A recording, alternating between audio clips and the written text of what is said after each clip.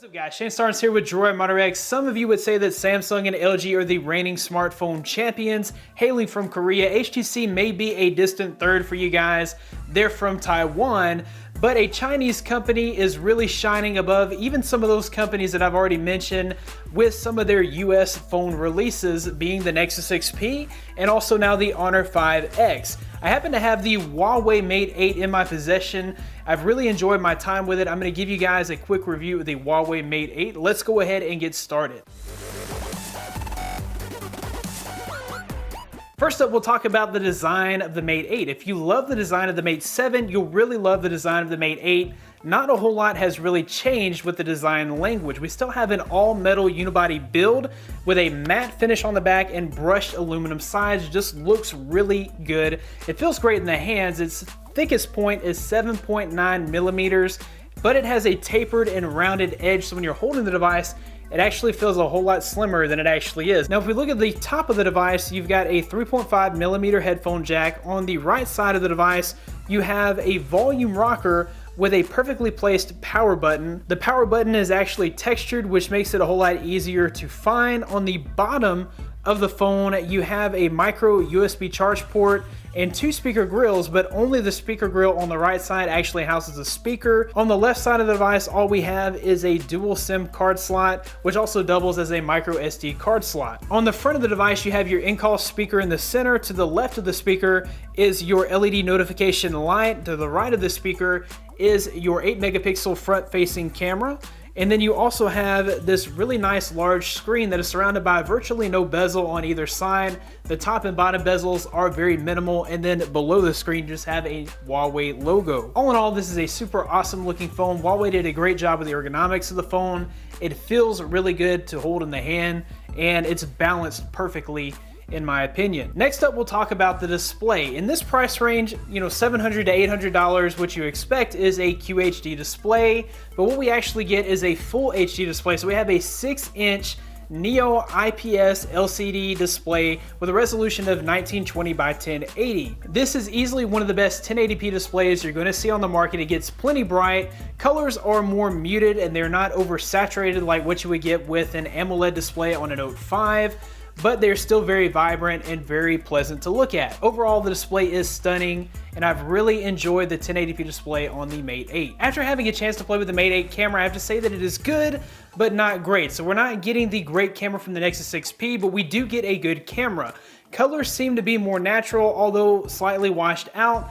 And there is a bit of overexposure when you're using auto mode. Most people will probably use auto mode, and if they do so, they will not get the maximum potential out of this camera. The professional mode has all kinds of custom settings from ISO to white balance. You can really get more out of your images if you use the professional mode. The camera is 16 megapixels with f2.0 aperture, takes super fast photos, and they're very sharp with little to no noise, and the camera actually performs well in low light settings. As far as the video recorder goes, it only shoots in 1080p. It can do 60 frames per second at 1080p, but it does not support 4K resolution at all. Even though it's only 1080p, video shot with this camera is still very sharp. The changes that the camera makes to the white balance can be just a little jarring at times when taking video. Also in the video, things are still a little overexposed, and even with that optical image stabilization when shooting video, there's still a little bit of shakiness to the video. All in all, this is a pretty good camera. Like I said, it's a good camera, just not a great camera. The Huawei Mate 8 is a performance beast. It comes with a Kirin 950 octa-core processor and 3 gigabytes of RAM. This phone really chops through applications. It opens up applications that multitask very well. You're not going to see any lag or stutter when going between home screens. And when playing games, there is also no lag or stutter. There's just really no slowing this phone down. In my testing, I experienced no overheating. No matter what I did with this processor or how much I taxed it, it just seemed to run very smoothly and it never really bogged down. All in all, I have to say I'm very pleased with the performance of the Mate 8. Next up, we'll talk about the hardware on the phone. The fingerprint scanner is easily one of the fastest and most accurate fingerprint scanners around. It easily matches the fingerprint scanner of the Nexus 6P. And using this device on a day-to-day basis, it never missed my fingerprint. Other than that, the device does include NFC, which means you'll be able to use it for Android Pay and for transferring files between devices. It also has a dual SIM card slot with a space for a micro SD card. Rounding out the hardware is the one speaker. So we have the dual speaker grill, but only one of those grills contains a speaker. The speaker itself is not the best in the world.